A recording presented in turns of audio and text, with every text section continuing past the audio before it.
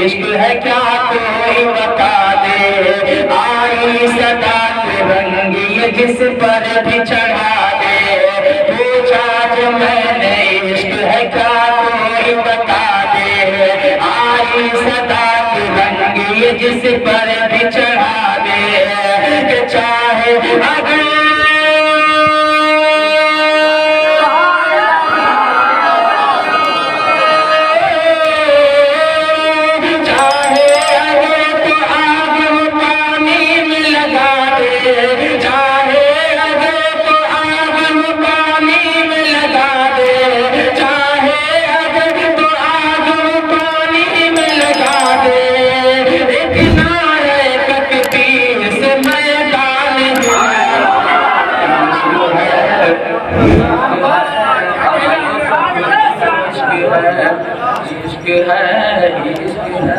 ہاں یہی عشق ہے عشق ہے عشق ہے ہاں یہی عشق ہے اب عشق کرنے سے کیا کیا ملتا ہے میرے آقا نے کیا کیا دیا ہے عشق ہے ہاں یہی عشق ہے کسی دیکھ کو سچائی کا مینار بنا دے فاروق کو انصاف کی تلوار بنا دے صدیق کو سچائی کا مینار بنا دے فاروق کو انصاف کی تلوار بنا دے فاروق کو انصاف کی تلوار بنا دے کہ عثمان کو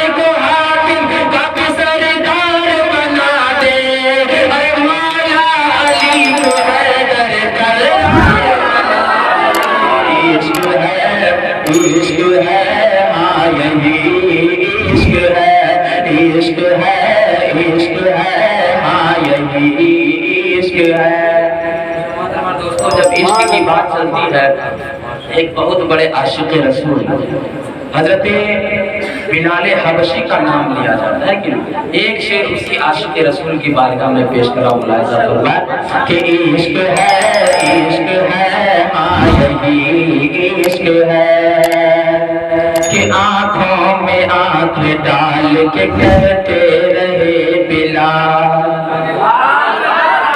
آنکھوں میں آنکھ ڈال کے کہتے رہے بلال ظالم تو چاہے کر دے میری زندگی محال آنکھوں میں آنکھ ڈال کے کہتے رہے بلال ظالم تو چاہے کر دے میری زندگی محال کہ چاہے لٹا دے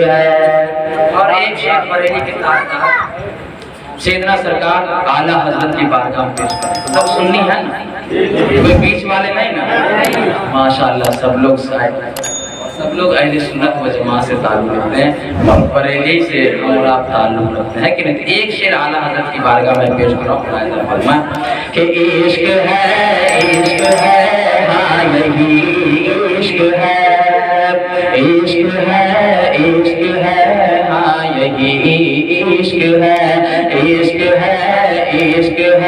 ہاں یہی عشق ہے کہ احمد رضا کا دیکھ زمانہ یہ